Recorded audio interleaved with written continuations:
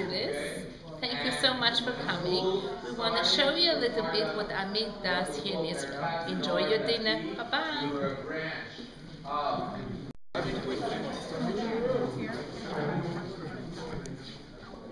The library, come in quickly so I can talk, and then I only have 4.5 minutes left, I was told.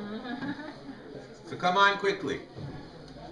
The library here serves both as a lending library for students who want to take out books. Some are reference books, and also for different programs where teachers can bring special speakers. It's a nice room. It's warm. It's colorful. Everything you can think of when you want to have a speaker and come, and it's used. It can use also to show a film, to show other. To this room, which is the electronics workshop, and in the adjacent room, which is the electric workshop. Somebody who wants to go in. I'm not going to go in again and explain again. We have two of the main vocational areas of the school, and I know the next question, is it only for boys or girls as well? And the answer is mostly, almost entirely for boys, but there have been girls who have finished the school with an electric background, with an electric vocation or electronic vocation. Here you see we have a variety of equipment. Students learn a lot of the theory behind the electricity. They take bagruyot. I don't have to explain to you people that in matriculation. Say, okay, bagruyot in electricity. Some of the students not only finish with 3 or 4 points, but actually 5 or 6 units, which is unusual, especially because they're labeled here as weak learners, and they are weak learners. How do I explain that? That one I can explain, because I think the staff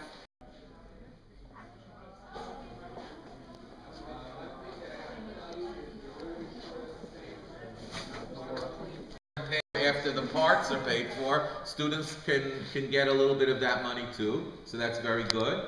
A lot of the skills that they learn in this particular vocation are passed on to help in the Army's carpools, and those who learn the profession and trade can use this to support themselves when they're ready to start their own life. We have rooms, I'm not going to take you, we don't have time. We have rooms off to the side where there are models of the engine that you can look into and see all the parts as they move and what they do. And we have to know also for the bagrut to explain not only the hands-on operations of the cars, but also the theoretical parts of the engine, mechanics, all of these things.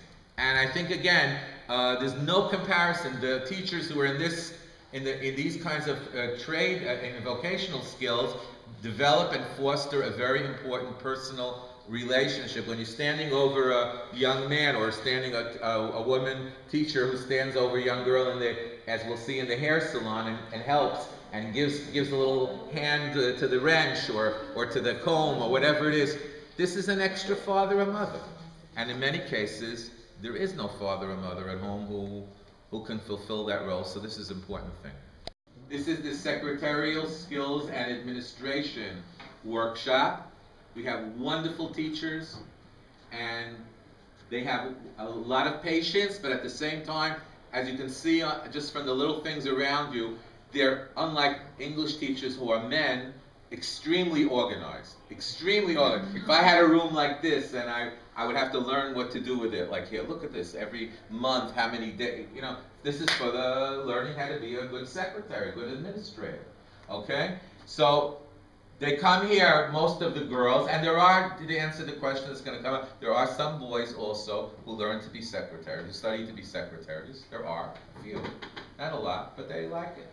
In any case, they learn everything here. You can see, and this is with the help of Amit. I'm proud to say, look at this latest equipment you have. I don't have such fancy equipment at home, what do they call these? Flat screen monitors. That's correct. See, I don't even know how to say it. Okay, and everything here. The computer here at the teacher's desk is a network computer, and everything that she wants the students to have on their computers is directed from there, and therefore you can't just turn on Google or people's lives that would change. People who came here without anything, without any hope, and because they had people who cared about them, and because we have the backing of an organization like Amit. I didn't say it here. I always feel obligated to say it. My mother, Aleha Shalom, was for over 30 years a member of the Habanot chapter of Amit in Mill Basin in Brooklyn. She was the chairman of the looks. First of all, the confidence that young girls have. There are a few boys too. You're going to ask me? Really? Yes, there are 2 or 3 boys who study this every year. And they open usually shops or they go to work for people. The confidence that young people have because they're able to create something. The ability to feel that they can connect with people. We every Friday have a program where young hairstylists either have people who can come in from the neighborhood, come and sit, and they volunteer to comb their hair, to give them a hairstyle before Shabbat, or they go to the old age home here in the neighborhood and do the same. What a wonderful way to start a Shabbat. And I could tell you that this place has brought many happiness and smiles to a lot of people and to the students who work here because they feel good about what they're doing. Not everybody, I'll say it even straighter, not everybody has the ability to take a book and study what electricity is. Here also there are, by the way, EUNI studies. It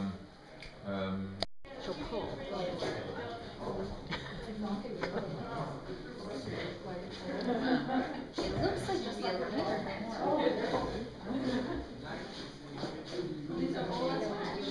shades on. You have a nice evening planned.